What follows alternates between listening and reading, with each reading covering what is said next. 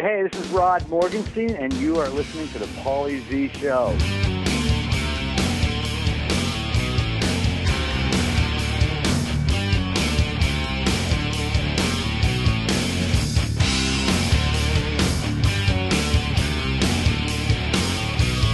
Yo, yo, yo, what's up? You're listening to the Paulie Z Show. This is episode number 8.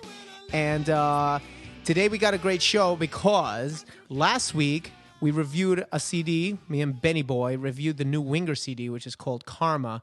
And we gave it raving reviews. And I must stand behind that decision because I've heard it probably 5 times already. It's one of my favorite new CDs. It is excellent. Excelento. I'm telling you, go buy it. And what makes today's show great is because we are going to talk to Winger's drummer, original drummer, and still in the band, current drummer, Rod Morgenstein. So how awesome is that we get to review a CD and then talk to the guy who recorded the CD? See, that would be really cool if we did that every week.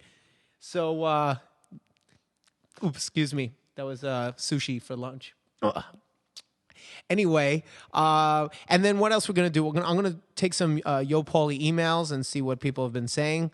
And I want to talk about, last week I didn't get a chance to review a restaurant because Sebastian and I both like to ramble. So the podcast was probably double the length that it normally is, which is fine. I thought it was an amazing interview. I had such a great time, so I don't mind that it was long. But I didn't get a chance to talk about any food. So today I want to talk about a place called Katana on Sunset Boulevard in L.A. I've been there a couple times. Last time when I was with Camp Freddy, I went out there with a friend of mine, and I'll talk about that. And for the bonus, I'm going to call my brother David Z from ZO2 and Z-Rock, and he's going to talk about his experience with none other than Whitesnake guitar player extraordinaire Reb Beach. He got to hang out with him when David was playing in Trans-Siberian Orchestra. He had a chance to hang out with Reb Beach. So we'll talk about that, and that'll be on the bonus, which you can only hear on our website, which is thepauliezshow.com. All right, well, let's get started. Let's see if we can get Rod on the phone. All right, let's see if Rod's going to pick up or if he has a security system like Sebastian Bach did. Hello? Hi, I'm looking for Mr. Rod Morgenstein. This is he. Hey, Rod, it's Paulie Z. How you doing? I'm doing great. What's going on, Paulie? Nothing much, man. I am, first of all, before we do anything, let me just congratulate you again on such a great album. I am loving this album. I listened to it probably 5 times already. I just got it last week. Wow. Thank you very much. You know, the history of Winger is a really fascinating one, and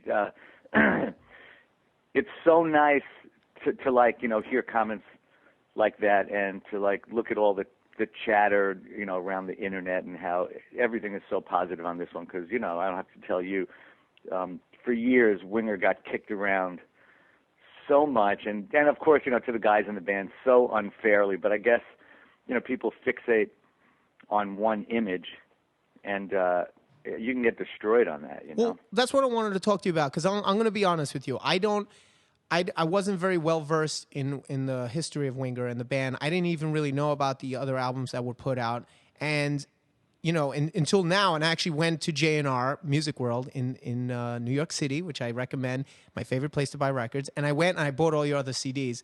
So Pull is incredible also. So now I'm listening. Yeah, thank you. Oh, you're welcome. I'm going back. And that's what happens. You know, sometimes you get into a particular record and then you're like, wait a second, these guys are amazing. And you look, you go online, you type in discography and you're like, wait, I've been missing out on all this good music. But I wanted to talk about that for a second because why is it that you guys got kicked around and why is it that people don't know about those other albums or, you know, that you've had that struggle? I mean, can you explain to me? Because I really... You know, I know the Beavis and Butthead thing, we'll talk about that, but I was a little young when that happened. So I didn't really, you know, I didn't feel like that. I didn't think that you guys were uncool or anything. I was just like, yeah, Winger, you know, and Guns N' Roses and all these bands were great. And then all of a sudden you guys were sort of off the map. So can you explain to me and the listeners, like, how that came to be? Sure. I think, you know, I think it really came down to Beavis and Butthead because for whatever reason, it seems like Mike Judge had a thing in for Kip or the band. I don't know that any of us had ever met him, but I remember, getting a kick out of the cartoon, and there's Beavis and Butthead, the two loser jerks with their AC/DC and Metallica shirts. And then they started talking about this character, Stewie. They got to go visit him. And then lo and behold, when Stewart opens the door to his house, you see, he's the town nerd, and he's wearing a Winger shirt. And, episode after episode that Stewart was in, and Beavis and Butthead would torture him and whatever, there he is with the Winger shirt. And then there was an episode where little nerdy Stewart's parents take him to a local rock concert, and his parents wear Winger shirts. Oh, so it was,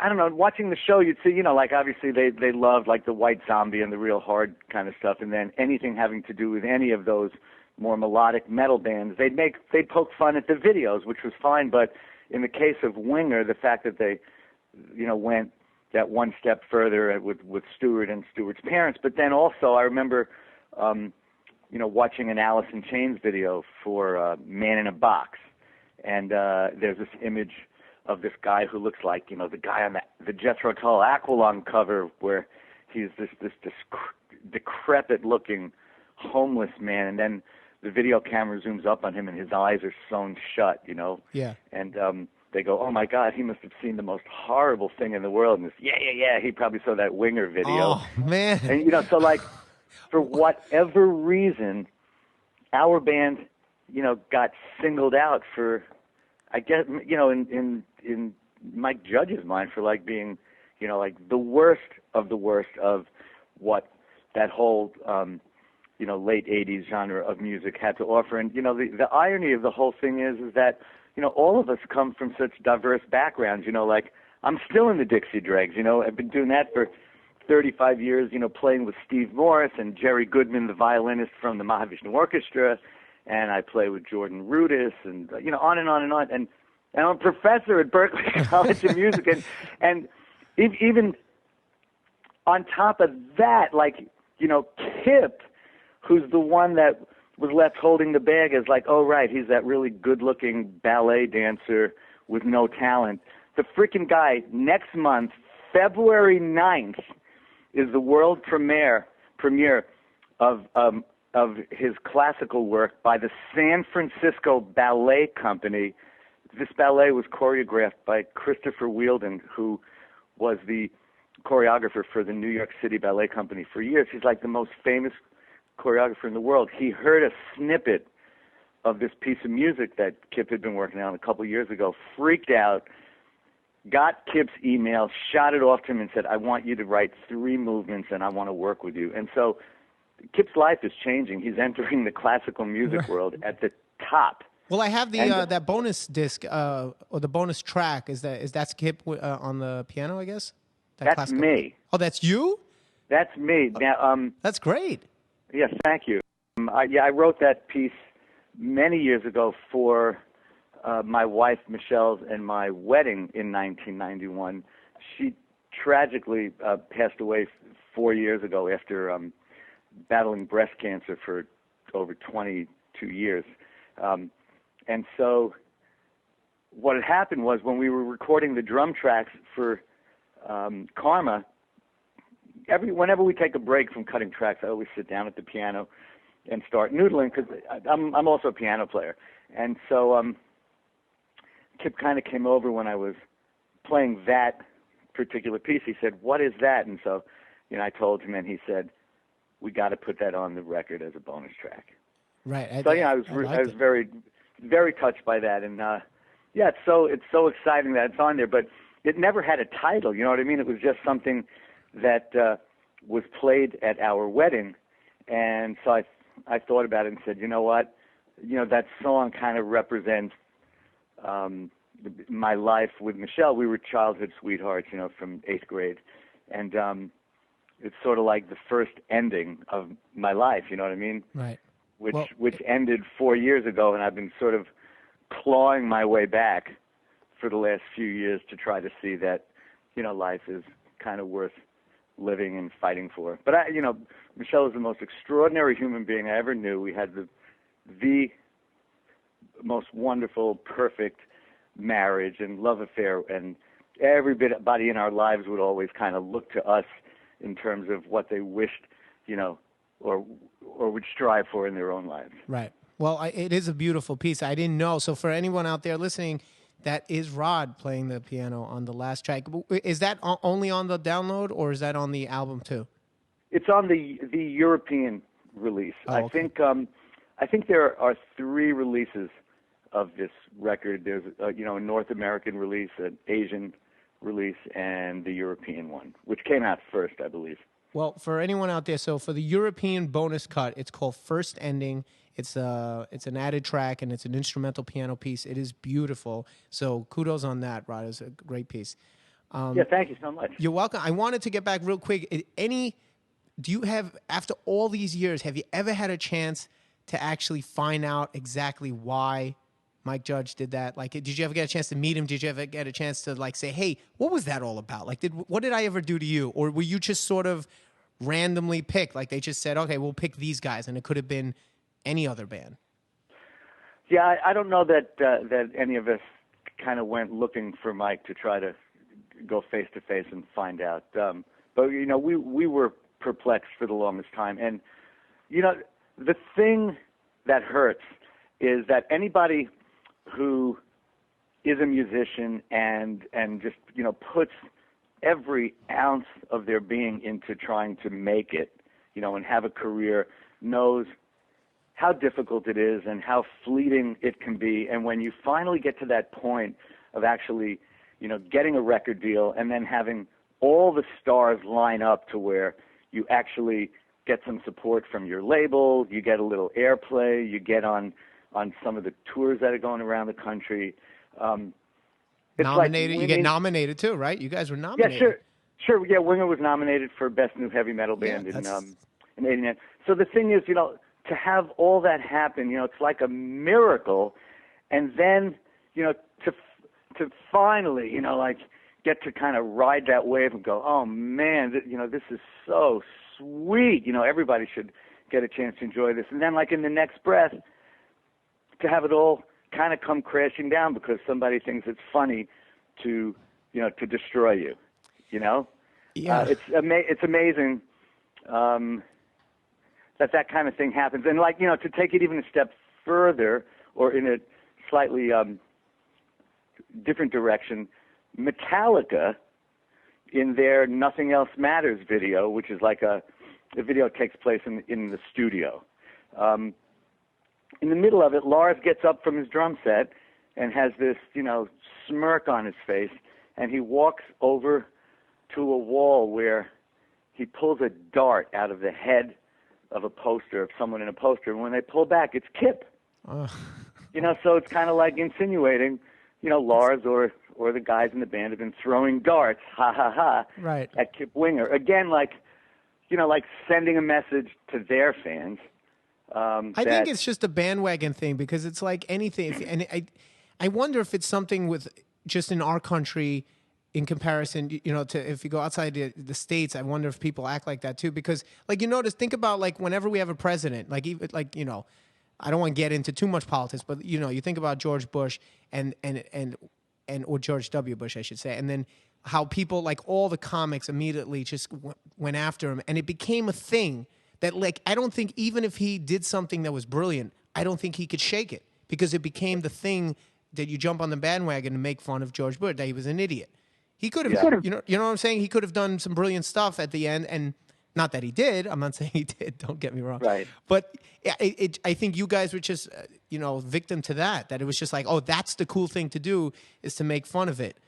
And I feel for you, because, we're in a band.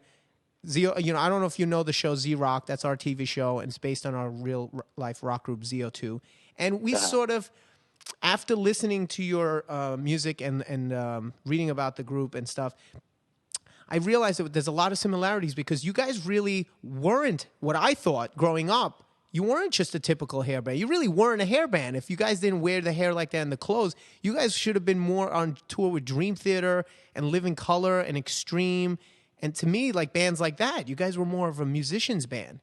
So you're exactly right. The thing is, when musicians are trying to figure out how they can actually get into the game, you kind of have to, listen to the music that that's being played or that is acceptable at the time or that record labels are signing. And so at that particular time in history, it was the bands like Guns N' Roses and Poison and Kiss and that kind of thing.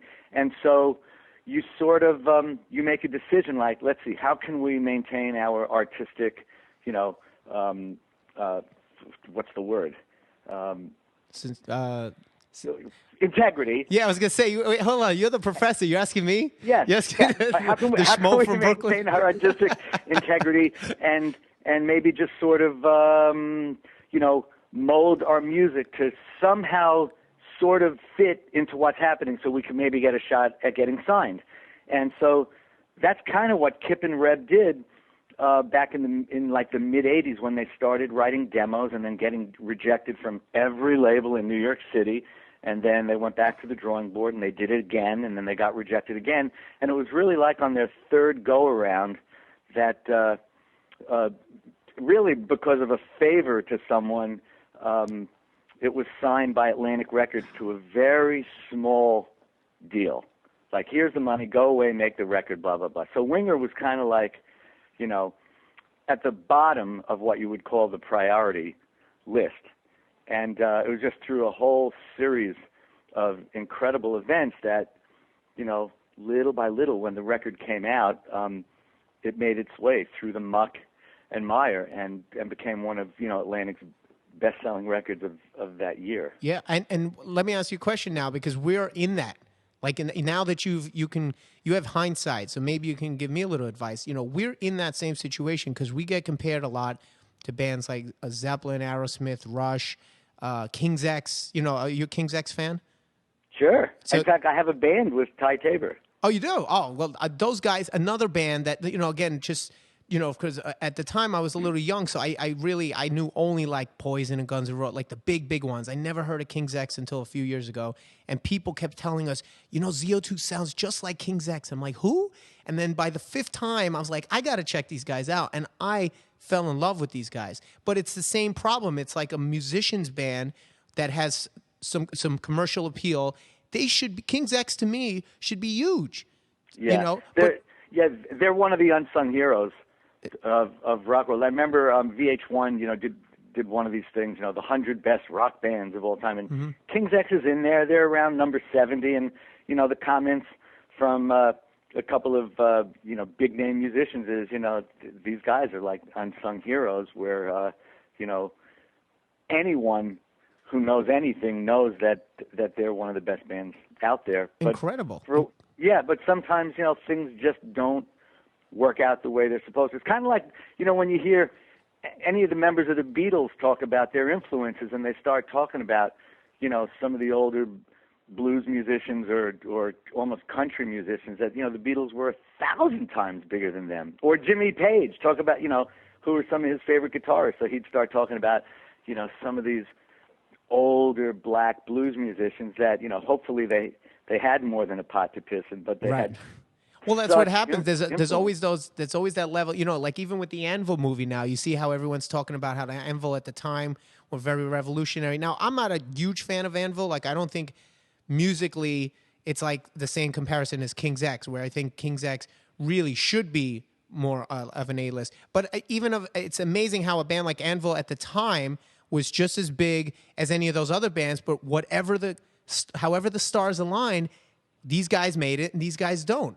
And I have to see that movie. I heard so much about it. Oh yeah, you'd love it. It's basic. It really is like Spinal Tap though, but it's great because it's for real, and that's a real band and it's really happened. But the way it's laid out and even how it ends, I don't want to spoil anything, but it's got that very Spinal Tap feel.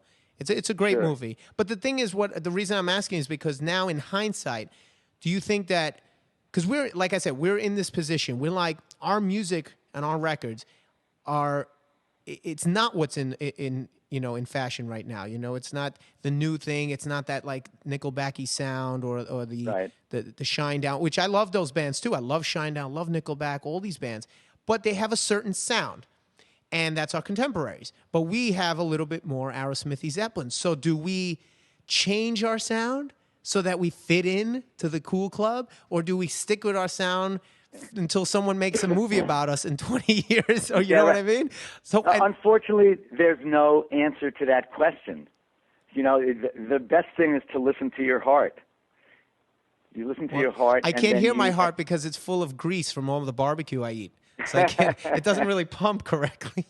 Well, but what do you think, in hindsight, do you think that was the right decision or the wrong decision? Like, it got you in the door, but did it hurt you? You know what I mean?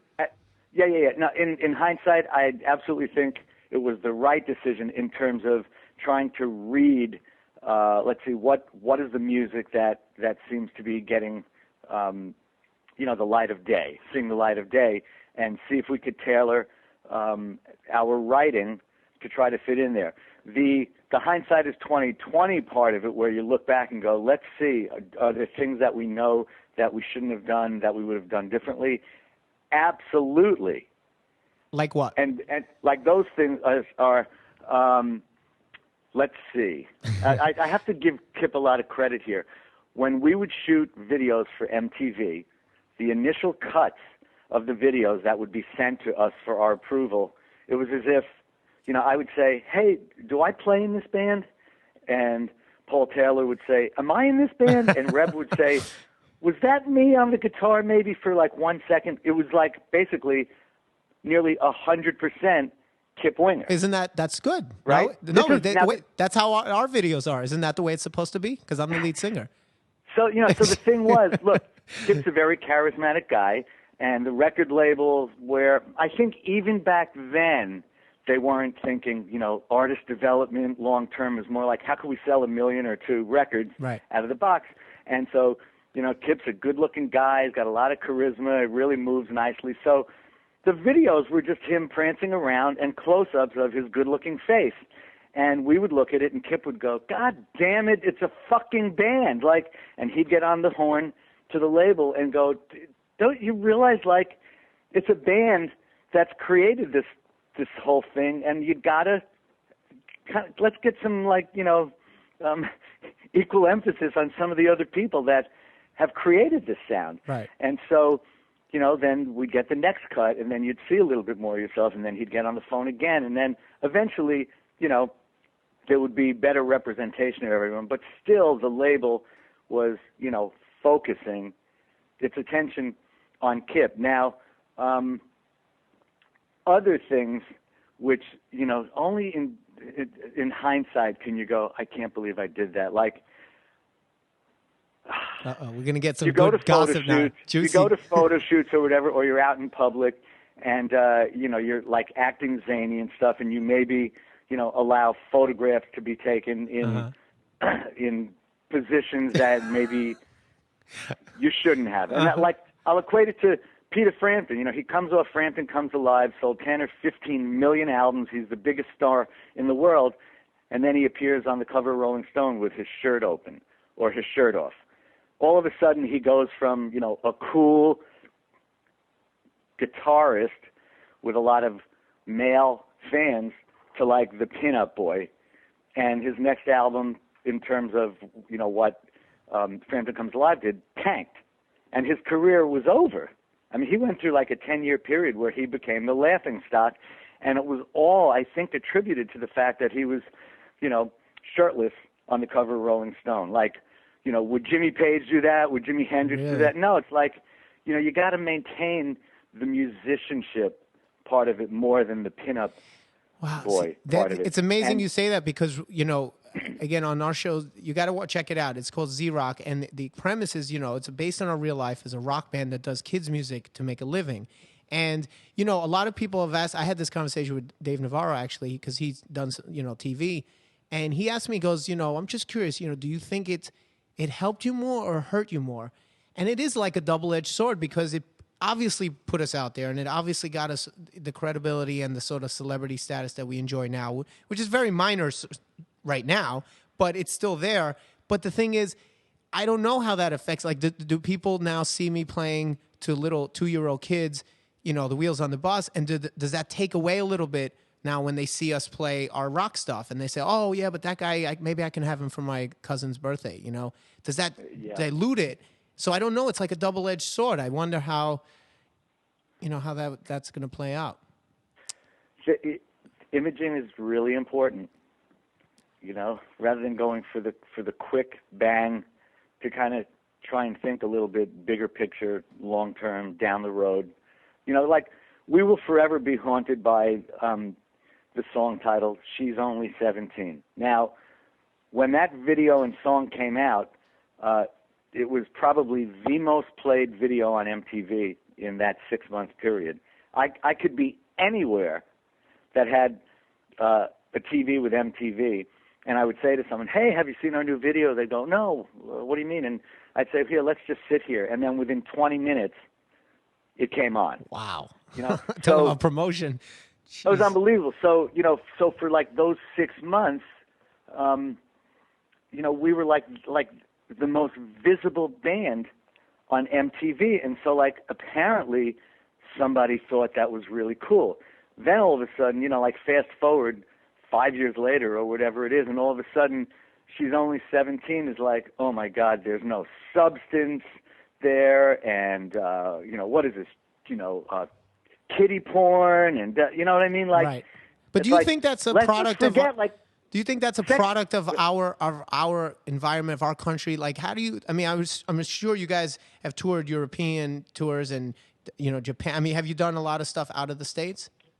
We've done like a fair amount, and it's definitely a different scene. Like the whole tearing down of 80s metal, it didn't really happen in other parts of the world. Like in Asia, especially Japan, they still love those rock bands, you know, and you do very well. And in most of Europe, it's okay. It was mostly in this country that it suddenly went from like the coolest thing to the most uncool thing. And it's like that with a lot of things, though. I mean, it seems like we build up our idols and love to tear them down. I mean, Michael Jackson would love to tear it. I don't understand it, though. I don't understand the mentality. I really don't. And then if they repent, we let them come back into the fold. Well, hopefully that's what you. Well, that's a great segue into the new music, because I don't want to harp too much on you know, what happened. I want to know what's happening, and I think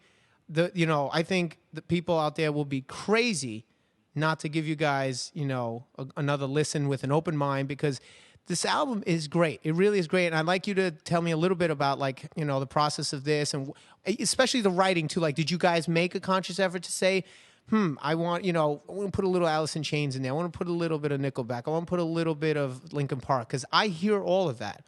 Am I way off? Well, we have to backtrack like 2 years or so, because you know, Pull came out in '93, and then other than like a greatest hits record that we did in 2006, I think, or 2007, we put out Winger 4, which is a tribute like to the U.S. troops, and that album, which I think is an incredible record, is a very serious record, and it has a lot more, you know, progressive elements in it, because all of us, you know, our tastes are very eclectic, and I guess we never really thought of Winger in like a very pinned down kind of way, and so we wanted to take a little bit of a left turn and put in those prog elements to it. And critically, that album was really well received. But now, in reading,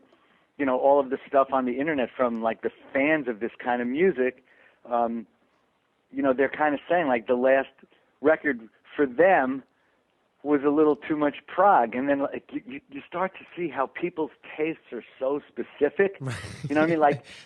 Like you know, AC/DC is a perfect example. Like, you know, they hit on something that worked, and they never changed it in their 30 or 40 years as a band. It's like every record is like, I don't want to say it's like the last record, but they've never said, hey, you know what, let's try to, you know, explore a little bit of elements of classical music. No, they'll never put a minor third in there or anything like that, or modes, nothing like that. I mean, but the thing is, they tapped into a certain sound, like you said, a formula that works. But there are other bands, like, to me, Judas Priest, as far as when it comes to metal, to me is the best and will always be the best, because you can see the progression as far as production, writing, everything. And so I mean, it can be done. I just think it depends on maybe your fan base or how it's perceived, what kind of support you have, right? Because if you think about the old Judas Priest records, then the 80s records, and then when they, and then the last few albums, it's just totally progressed. And other bands can't do that, so. Right. Well, in the case of Karma, the thinking was, look, Pull was probably collectively our favorite record of all of them. But actually, it was the third album. The first two were platinum, close to double platinum records, and then Pull came out, but it was when there was a Changing of the Guard, and Nirvana and Pearl Jam were coming on the scene, so it didn't fare nearly as well. But so the idea with this record was, let's take the best of, the first records that were the big ones, but also combine it with Pull and with modern technology and, with modern recording techniques. Let's see what we can come up with. Well, so that was great. Kind of the thinking. And, I had a conversation with Kip where he said, look, on this record, could we just sort of go for the real slamming drumming and instead of always trying to find those spaces where you can, throw in your little bit of fusion prog stuff, let's kind of reel it in, and maybe just in a couple of places we'll have you do that, but just sit back on this one, and I go, of course, I'm always up for anything. I love to play simple. Even though, my background is jazz and fusion, I love that, obviously, just as much. But I am equally content and at home to sit back and just play the fuck shit beats, Well, the fuck shit beats are the beats that people love because you can fuck to them and you can shit to them, I guess. I don't know. When you're in the toilet, there's nothing better than that AC/DC, man. Yeah. Love it. Back in Black is definitely I would say top 3 favorite rock tunes. Yeah. Well, there's a time and place. There's a time and place for everything, and that's I think what's frustrating. Because again, I would never claim to be as proficient as you guys are, as far as my guitar playing is much more scaled back and bluesy. But my brother's a monster bass player, and he went to school for he actually went to Brooklyn College, has a degree in music. He was in Trans-Siberian Orchestra, so he has the same problems. We as a musical entity, when we first started, before we hooked up with our producer, we had all these crazy time signatures and stuff, and things that we thought people would go crazy for. And we had to learn through experience and with the help of our producer who said, look, people can't digest that. The general public cannot digest as the amount of talent or creativity that you have. So you have to learn to edit. And that was something it blew my mind, And I think, does it ever get frustrating for you that you're like, I have to kind of fit it into this little box? No, I wouldn't use the word frustrating. It's more stop being so self-absorbed and playing the victim where you feel like, I put so much of my life into my art and it's not fair that it's not accepted by everybody. That's not how it works. It's if your love is for a certain kind of esoteric music or art, just accept the fact that you're mostly doing it for your own inner gratification, and don't expect the world to embrace it. You see what the world accepts. Right. The world wants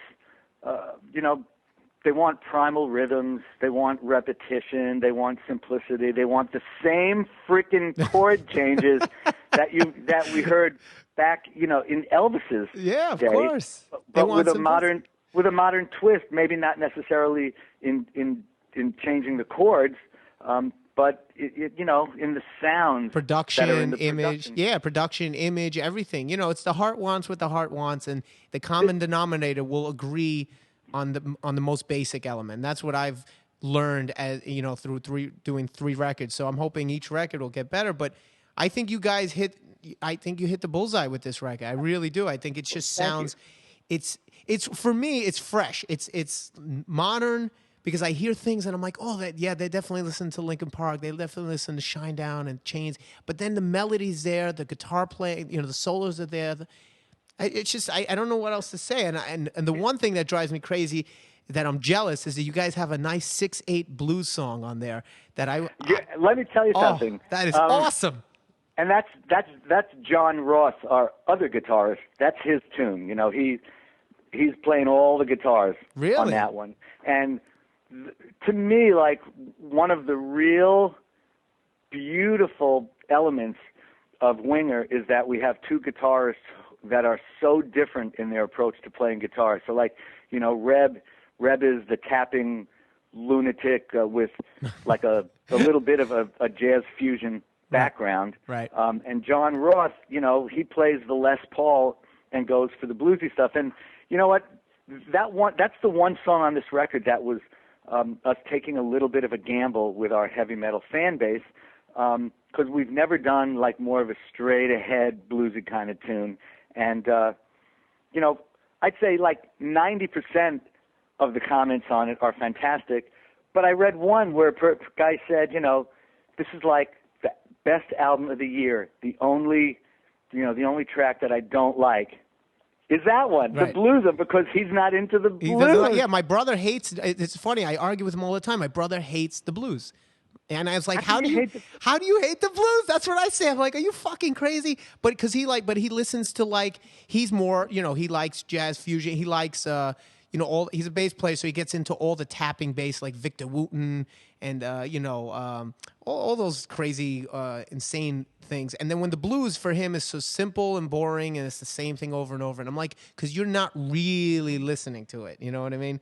You got to get into it. But I say thank God you did it, because on our album Casino Logic, the new CD, we had a track that didn't make it. It was called Heart of Confusion. Hopefully one day it'll come out. But it was the same thing. It was a 6/8 blues feel, and it had like an Alice in Chainsy kind of chorus, like a real dark, very harmonized. Yours is a little bit more of a happy, not happy, but more, more melodic and uplifting chorus. Ours was a little darker, but it didn't make it, and I just, when I heard it, I was excited and I was jealous and angry at the same time. I was like, motherfuckers, that's what I wanted to do.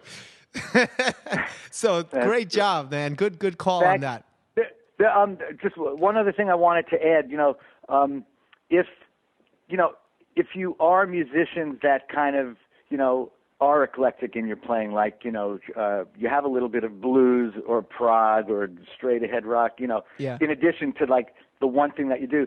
The thing is to see if there are subtle creative ways to slip in those other elements. And it was that reason that Kip asked me to join Winger way back in the beginning, because he said, look, every band that's out there that's dominating the charts, are the bands like Poison, Kiss, Bon Jovi, Def Leppard. And he said, that's generally like the sound that we're looking for to try to kind of get our foot in the door. But if we have someone like you playing drums, there are occasional moments in the music where we could maybe have you do something that rock drummers don't do or have no clue about. And so in the song, She's Only 17, right at the end of the guitar solo, there's this riff that goes,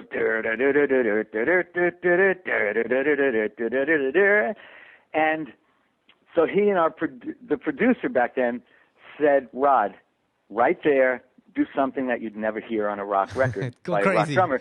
And so I said, all right, I have an idea. I don't know if you guys are going to like this or hate it. And so what I did is a technique called beat displacement. So I took the beat that I was playing, but I delayed it by an eighth note. So all of a sudden, the bass drum and snare, instead of being on 1, then 2, 3, 4, like fuck shit, I had the bass drum on the upbeat of 1, the snare on the upbeat of 2, the bass drum on the upbeat of 3, and the snare on the upbeat of 4. And so it makes the music feel like it's turning upside down. Well, yeah, isn't that like Van Halen? Alex Van Halen did that a lot too, like those off rhythm things, and that like where it's just like all of a sudden your body. Yeah, he definitely did it. I think. What is it? Jump. It's in there, and a couple like all of a sudden it's like boom, boom, bop, boom, boom, and then and it kind of goes off, and your body doesn't know how to react almost. Like Doesn't know how to react. Right. Well, I can't tell you back in the day how many hundreds of fans, I guess most of the musicians, would come up to me and ask me, what was that? What time signature were you suddenly playing in? What happened there? I've never heard it. And I was so moved by the fact that many people were picking up on it. And I would start rattling off names of drummers. Like I'd say, hey, like Vinnie Colaiuta, Dave Weckl, Steve Smith, and they never heard of any of them. Like to them, like you're talking about, jazz rock fusion drummer, they would maybe think of, Neil Peart. Yeah, of course. There's an incredible drummer in Rush, but Neil comes more from a rock progressive background, not a jazz fusion background. And so they were not familiar with any of these world famous drummers. It was incredible to me. And then the other funny part of it was nobody knew that I came from this other background, like with the Dixie Dregs. They thought this was like my first band. Right. Which, I got a kick out of it. I was 10 years older than everybody in the band. Well, nobody, what's funny too, a lot of people don't realize that Kip and Rev, right, they played with Alice Cooper first. Both played with Alice Cooper. Yeah, I remember seeing him on the video. I think it was Welcome Back to My Nightmare or something like that. It was the video they put out like when he made his comeback in the 80s. I remember it was that big muscular guy on guitar, and then it was Kip going, "School." Kane Roberts. Yeah, oh, that's his name? Yes. But I remember it was like, "School's out for some," and Kip would be like, "School's out for," and he'd do all the high parts. I'm like, that guy's fucking cool. And I didn't know Paul Taylor was in Alice Cooper also. Oh, he was? Oh, wow. So back then, Reb joined Right. Alice Cooper some years later in the 90s. Oh, okay. But they were both in Cooper, which is pretty cool. Oh, yeah. Well, yeah. I do. I didn't know that John Roth was playing lead on that song, and I did notice the difference. I'm more of a John Roth school of playing. I'm a Les Paul Marshall, bluesy, like / Jimmy Page, so I appreciated it. And I do love the fact that you have those two sounds. I think that's a great, just a great added layer to the band. And I want to thank you, Rod. Thanks so much for joining me and talking about the record, because it's great. I mean, I don't want to overhype it, because, I don't want to sound like I'm just, I don't know, sucking dick here and say, "Oh, you're the best." But I don't know what else to say. I love it. I've listened to it 5 times already, and I just got it. I don't know how else to explain it. That means a lot to me. And, we're doing a lot of touring for this record. We were all over Europe in November and December, about 12 countries. We're going back in March and April. And then for the first time, I think we're going to hit South America later in the year. And then hopefully the States? Maybe hit India and China. What about the States? Home? Yeah, throughout the summer, there are a handful of dates that we will be doing. Okay, well, in the States. If you guys need direct support, we got a TV show. We have a lot of rabid fan base across the country. Yeah, man. Thank you so much. Yeah. And I want to hear your band. Yeah, well, we're gonna hook up in at NAMM this week, right? Yeah. Okay, so I'll bring discs for you, and we'll do all that. But before we go, I just want real quick. The premise of the show is rock and roll and food, and I usually wait to the end because I like to get all the stories out and stuff. But at the very end of the interview, I always like to talk a little bit for a couple minutes just about places you like to eat, or specific dishes that you like, whether you're on the road or even just home. You're in Long Island, right? So maybe there's an awesome restaurant that you can recommend, because I'm a food fanatic and I like to hear what other musicians like to eat. So interesting. Yes. Well, I can't cook anything. I keep threatening to learn, and I have a friend, Frank Latour, who's an amazing blues harmonica player. Actually, I got him to play the harmonica solo on Down Incognito on the Pull record, which was the single from there. And I play with him from time to time. He's one of these like modern-day Michelangelos, where he's an incredible artist. He did a huge, really avant-garde mural in my home, but he also loves to cook, and so he went to the New York Culinary Institute and graduated with honors, and just amazing. So he's been over here a couple times, trying to get me into the cooking thing, and the kitchen is a complete mess, and I've written down like the recipes of the things that he taught me, like simple things like just like doing the whole process of breading the chicken, dipping it in the egg and the flour, and then making the chicken parmesan, and then all kinds of sautéed mushroom dishes and making the sauce from scratch. I couldn't do it unless I looked at the recipe, though, because I just don't cook enough on a regular basis. But any any restaurants that you could recommend that you say, look, when I'm home, there's this one place, or when I'm on the road, like I'm in California, there's this one place that I absolutely love you know what I mean? In California, just anywhere. In L.A., I forget which part of L.A. There is a Cuban restaurant called Versailles. Versailles, okay. Versailles, and the funny thing is, you go in there, and it's a very large place. And their menu is the size of like a diner menu, gigantic, right? With like a couple of hundred choices. But everybody orders, I forget the number, let's say number 27. Every single table is eating number 27, the garlic chicken. And I wouldn't know how to put into words how incredible it is. It's like having an orgasm when you eat it, and it comes. Now you're talking my language, baby. You are talking my language. The fried plantains and the refried beans, but virtually every table is eating the garlic chicken. So it's Versailles. And you've had it, and it is that as good as the hype? Yeah, I've had it several times. Okay, so it comes with garlic chicken, comes with the fried plantains and the rice and beans. Yeah. Oh, okay. Versailles in L.A. Do you know where in L.A.? Like what part? Like on the strip? I can't think of what part of it. All right, we'll find out. I'll do the research for my listeners, and I'll find out. And maybe if we have time, we probably won't have time. You staying in Anaheim or L.A. this weekend? I'm actually staying in Long Beach with a very old friend, and then just going to be up at the show on Friday and Saturday. This is a quick in and out. Okay. Well, I was going to say, then maybe another. On Thursday night, I'm going to go see my good friend Steve Morse. His trio, the Steve Morse Band, is playing south of, somewhere, I can't even think of the town.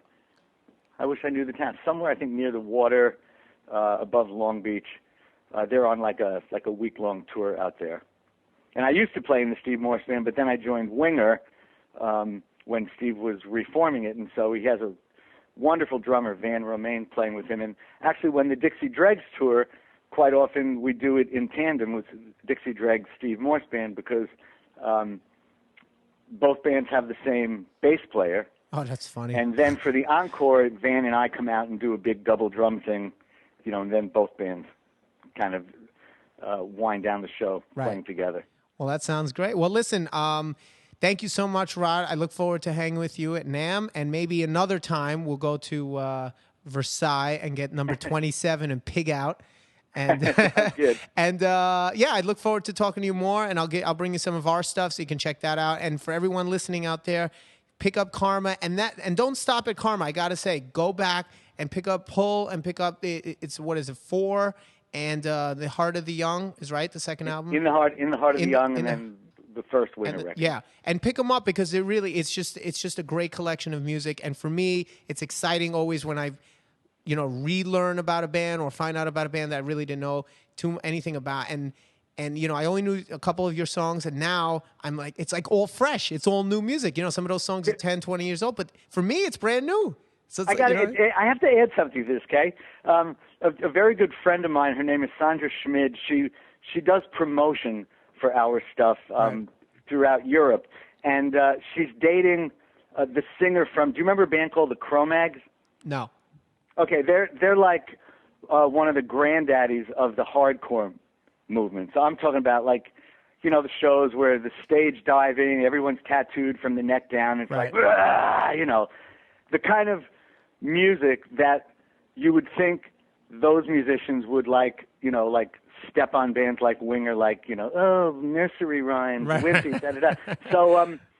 So my friend Sandra, she's been dating John Joseph from the Cro-Mags, and, he's one of those guys that went, oh, Winger, what are you, joking?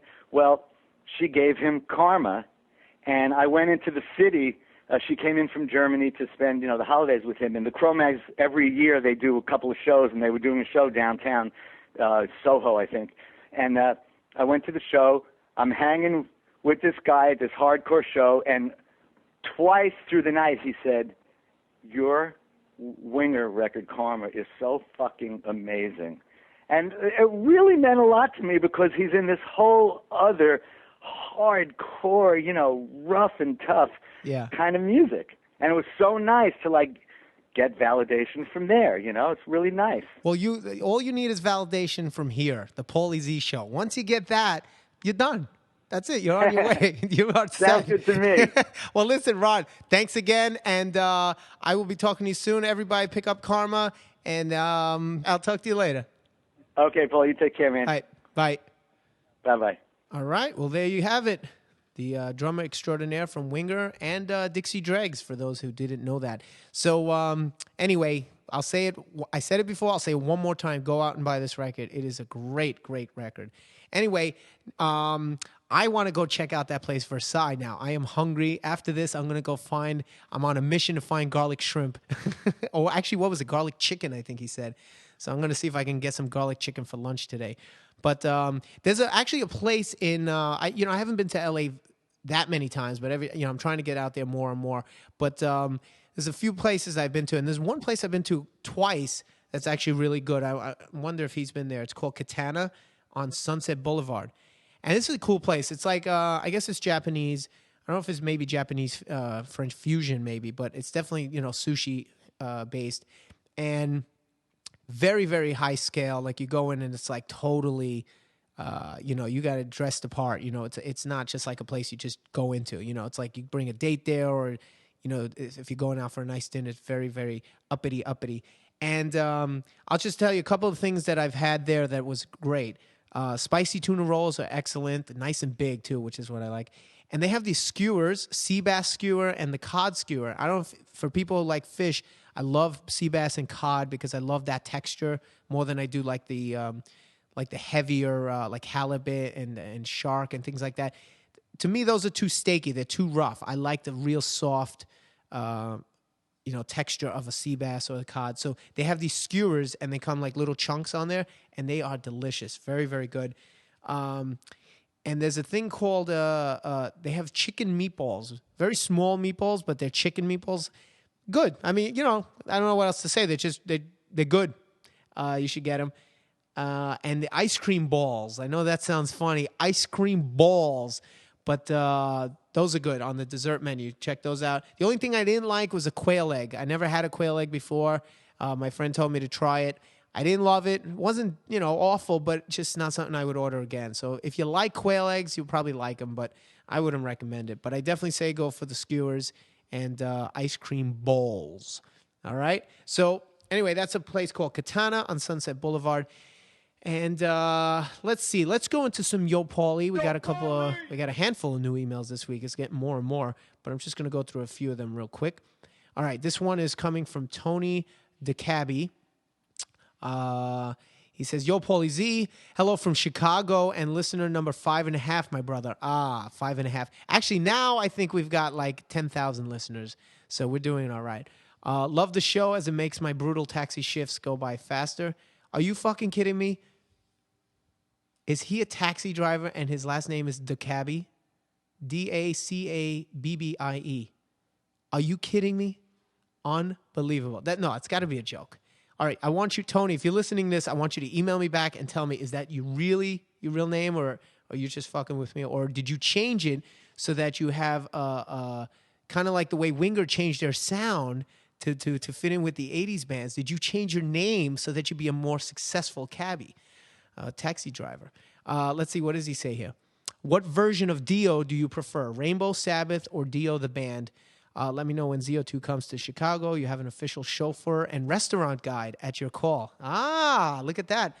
That's a good question. I actually, if I have to answer, I think the Sabbath Dio for me. I love Heaven and Hell. One of my favorite heavy metal records. That's great. So I think just on that record alone, I'd have to go Sabbath, then Rainbow, and then Dio.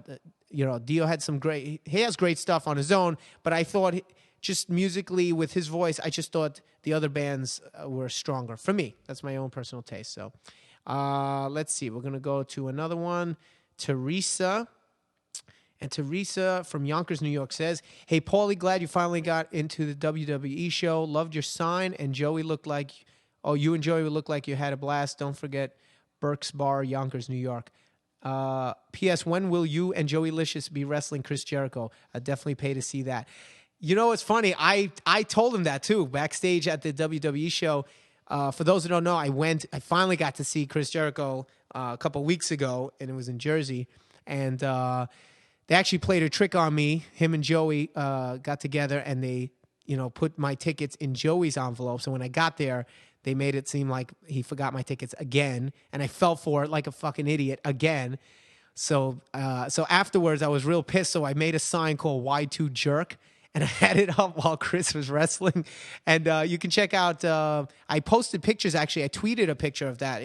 If you guys want to check that out, go to my Twitter, which is Twitter/ZO2Paulie, and there's a picture of me with the sign. It's so funny. And he comes out after his match. He loses his match, and he's all upset, and he's playing his part. And he comes out, and he takes my sign, and he, like, rips it up and crumples it. So backstage, we were laughing about it. And I'm like, dude, I want to wrestle you for, like, charity or something like that. We got to do something where I want to take you down, and maybe we'll do a handicap match, me and Joey Licious versus Chris Jericho. So we'll see. Maybe one day that'll come to pass, and you get to see me get my ass kicked on TV. That'll be funny. Let's see. Drew Petty. Yo, Paulie, check out the 2 new singles from Jericho's band, Fozzy. Speaking of Jericho. Their new album, Chasing the Grail. Badass. Much better production than the last one, don't you think? Well, I haven't heard it yet. So hopefully if it's better production, I think I would like it. Don't get me wrong. I love the other stuff, too. Especially Enemy is a great song.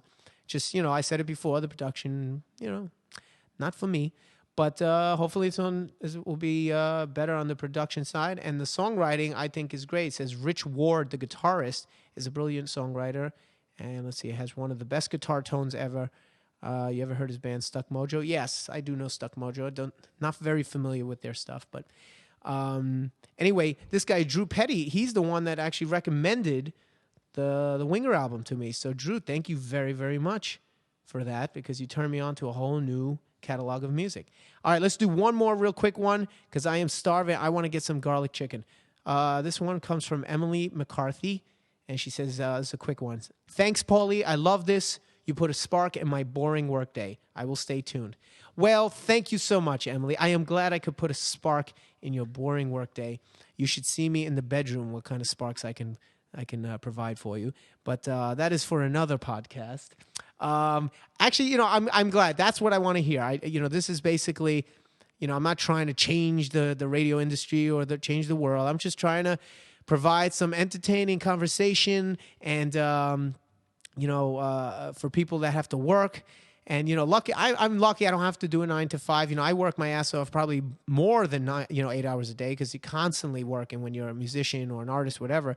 But we don't have regulated hours. But I've had those jobs, and I know how boring it could be. So if you guys are driving a cab or working at at an office or whatever you're doing, hopefully this gets you through part of your day, and it's just something to let you tune out and just enjoy. And if it is, well, then I'm a happy camper. So that's it. Listen, that's the end of episode 8.